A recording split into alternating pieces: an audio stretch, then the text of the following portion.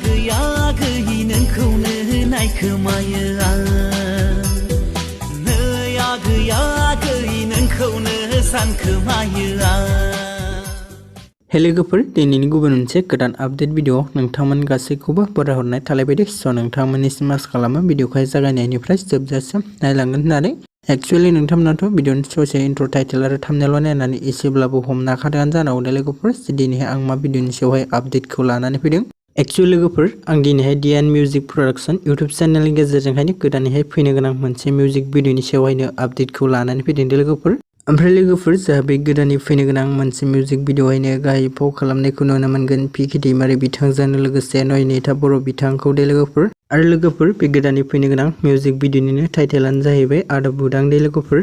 ओमफ्राय लोगोफोर, बे आपकामिं मोनसे मिउजिक भिडिअनिनो करिय'ग्राफखौ खालामदों बिश्वजित बसुमतारी बिथाङा दे लोगोफोर। ओमफ्राय लोगोफोर, बे गोदानै फैनो गोनां मिउजिक भिडिअआव बानुराम बर' बिथांजों लोगोसे सोरनि देंखो होनायखौ खोनानो मोनगोन बेखौ मोजाङै मिथिनाय जायाखै दे लोगोफोर।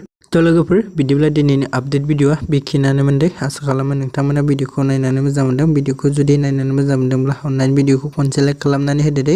ओमफ्राय लोगोफोर, नोंथांमोना बिथांमोननि गोदानै फैनो गोनां बे मिउजिक भिडिअखौ नायनो थाखाय साननैसो नेनो थाथ'बावबानो जाबाय दे लोगोफोर।